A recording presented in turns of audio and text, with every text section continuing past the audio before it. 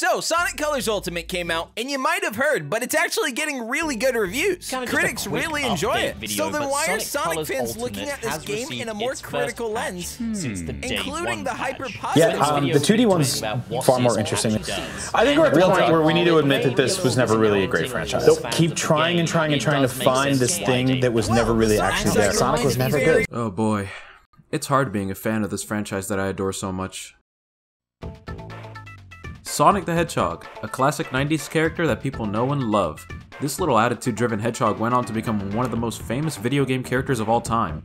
If you know Mario, Pac-Man, or Crash Bandicoot, chances are you've also heard of the Blue Blur himself. After knocking the Red Plumber off of his throne, the Hedgehog became a huge icon within the gaming industry. So where is he now? Well, he's still going strong with a dedicated fan base, and with more people having been open about their appreciation for the series, myself included. But outside of that, the recent release of Sonic Colors Ultimate has shown some issues that have plagued the community from before. Whether you're satisfied with the product or not, it's been made clear that this re-release has sparked discussion on the recent games. This video is going to be adding on to that. Given the circumstances and the fact that I love the video games as well, I'd like to throw my own 2 cents into the topic. Hello, welcome to the channel. My name's Angry Rocky, and if that's too long for you to say, just call me Al. And today, we're going to be discussing something I've had on my mind, about the games and the identity of Sonic himself.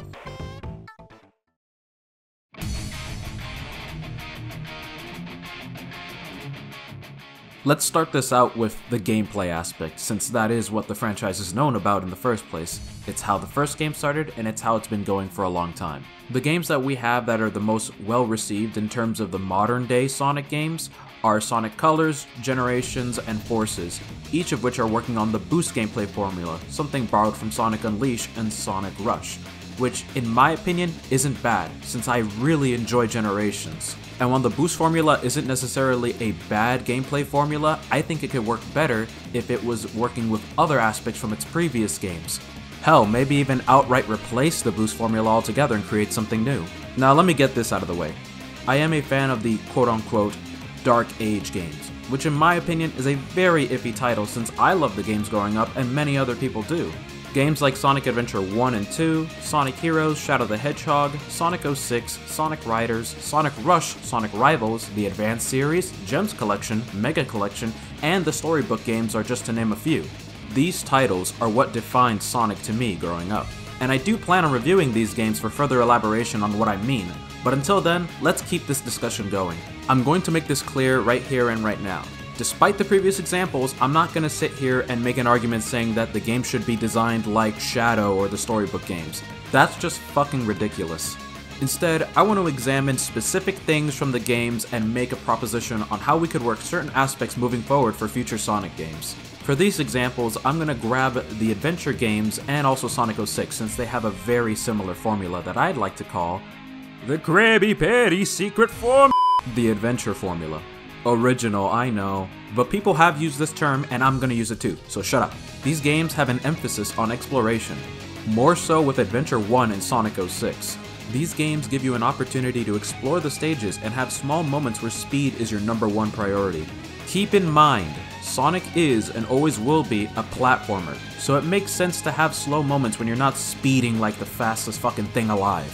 Even Donkey agrees with his Sonic Mania review that you gotta reel it back before you hop into the action. When you're building a roller coaster, you don't just build a big circle out of metal and call it a day. You know, you gotta build up enough speed to shoot someone through that loop. But then you gotta reel it back in. Okay, slow it down. Slow it down. Both of these games have stages where speed is #1, like Speed Highway and Sonic Adventure 1 where Sonic's running down a giant building. And 06 has a stage called Kingdom Valley where the last section of that stage is a mad dash to the goal. Sonic 06 in particular has good ideas that can work on paper, and even in execution. Wait, I'm sorry, what did you say? I don't believe that. That's a load of bull. Shush, let me explain. In terms of what the game was originally released as, of course that's not the case. I'm 22 years old, and even I know that despite my recently renowned love for the game, I understand and agree that it's a buggy mess that is extremely janky and does a poor execution of what it's trying to do. I'm not going to let my nostalgia blind me here, and I'm going to stick by those statements for this game, always. And the conversation should have just ended there. if it weren't for the creation and release of a certain fan project.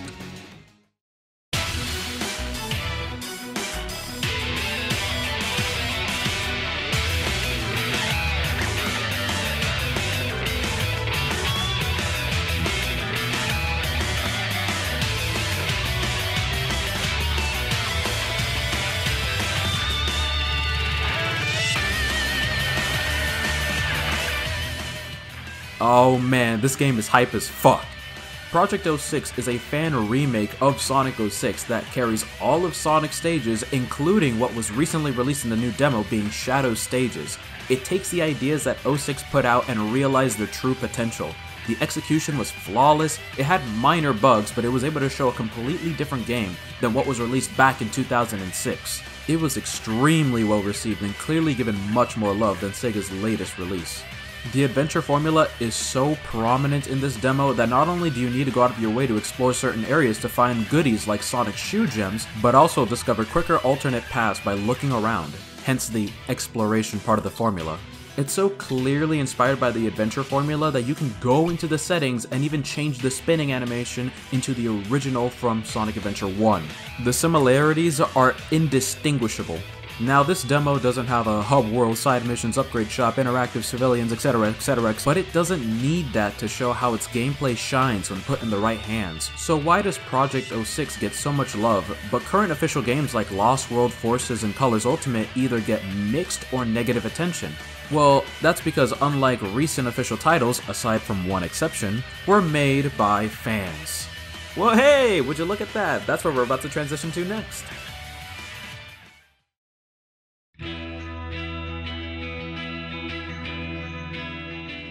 From indie developers to people who participated at the recent SAGE event, also known as the Sonic Amateur Games Expo, these games are made by and for the fans, people who love the franchise and understand what they want from it. From an online multiplayer racing game where you can customize your character and race with your friends, to original fan games, and to full-blown mods that completely alter a game. Hell, there's a mod called Sonic Forces Overclock that basically rebuilds Sonic Forces to be more fun and challenging that's still in development, which is amazing considering that the game is very restrictive in terms of its original release. These people have shown what can be done with the franchise time and time again, but here's the issue with listening to fans. On the surface, that idea is extremely harmless, but this is Sega after all. They are the same people that listened to the fans who wanted more classic Sonic era games. By that, I mean the journalists who critiqued Sonic at the time. And I'm not trying to diss classic Sonic fans either. I love the old games, especially with Mega Collection and the Gems Collection. Without those games, I would have never been introduced to the old titles. But regardless, we ended up getting games like Sonic 4 Episode 1 and 2. I mean, they went so far as to shorten up modern Sonic's quills in Lost World and give him more light blue color in Forces. He just kept looking more and more like classic Sonic.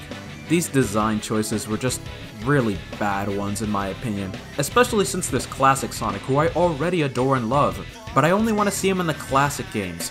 Please keep these two hedgehogs in their own separate genres. I love Sonic Mania and will buy Mania 2 if that ever becomes a thing, but I'd kill for Sonic Adventure 3 any day. Anyways, one of the strongest reasons for these games being so good is an understanding and appreciation of this specific aspect.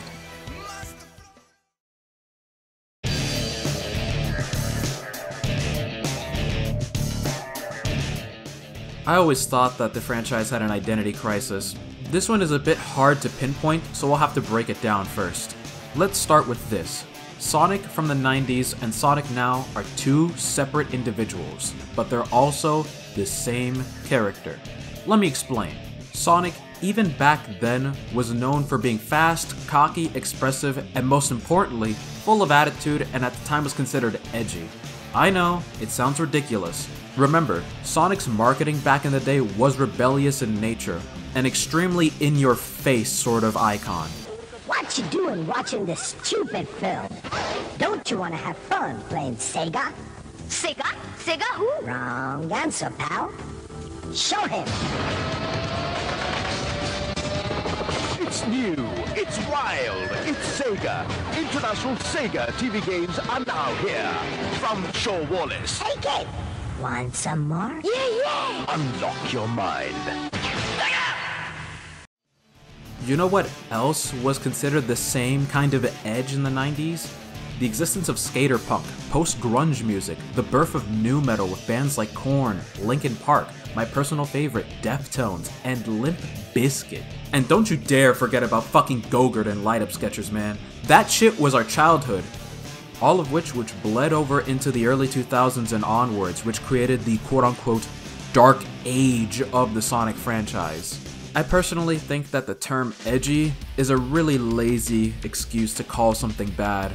I mean, hell, we have games like Jak 2, where the first game was a very kid-friendly platformer. All of a sudden, he stops being a quiet character, starts holding a gun and starts shooting at everything, curses at everyone, and starts the game off with having a dark form. Say something! Just this once!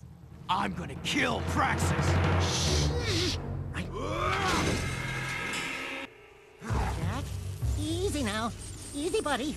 I'm surprised that not many people have drawn many conclusions to Shadow the Hedgehog. This just happens to be the most beloved title in the franchise that everyone also thinks is the point where it starts getting edgy.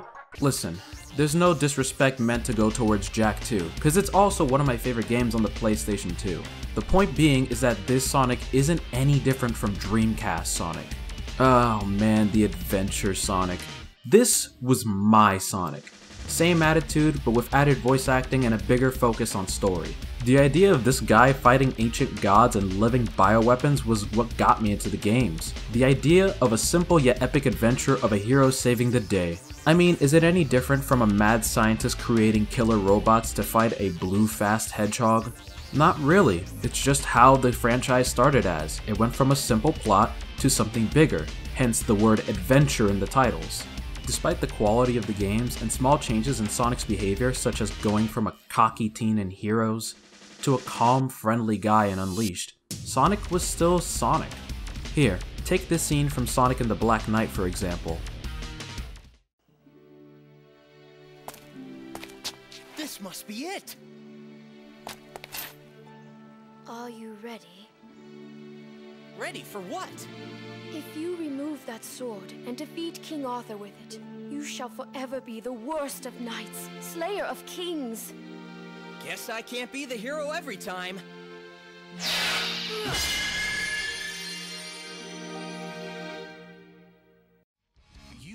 Despite being told that it could ruin his reputation in the world that he's in, he still goes through with it because it doesn't take much for him to do what's right. He'll take the mantle and do the job because it's the right thing to do to save a world from a crueler fate. That was Sonic. But then Colors came, and then we got the Saturday morning cartoon Sonic. Hey Tails, you missed the BBBE. Huh? Best boss beating ever. Baldy nose hair! That's the best thing I've heard all day! Hey, where are you going? To find Baldy McNosehair, of course. I'm totally calling him McNosehair. Now listen, I love Sonic Colors. It's a great game. But damn was it too fucking silly for me to enjoy. At least in terms of the story because, well, it was written for a more kid-friendly audience. I love Roger Craig Smith, especially in Assassin's Creed 2. He will always be my Ezio. But he doesn't sound like Sonic. He sounds more like a dad trying to do a Sonic voice for his kid. I'm not gonna blame him for the writing of the game, since his writing in Sonic Boom was basically written around his voice, which is a great Sonic. I want to make that very clear. Roger's performance as Sonic in Sonic Boom is amazing. Coming in for a hard landing, Tails. You got me covered? Roger. Who's Roger? He's talking to me. Thanks, buddy. This Sonic is extremely different from the last 2 years, but somehow he's also Sonic from Sonic Adventure 1 and 2. And we know that because he recognized Chaos when he appeared in Sonic Forces, which doesn't make sense considering that Adventure 1 had humans, and the civilians in Forces are animals like the cast.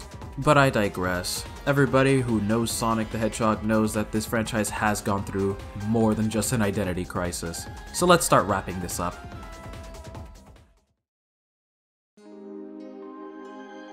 Despite everything I've said in this video, I still love the franchise and will continue to do so. Sonic the Hedgehog has and always will be something I cherish.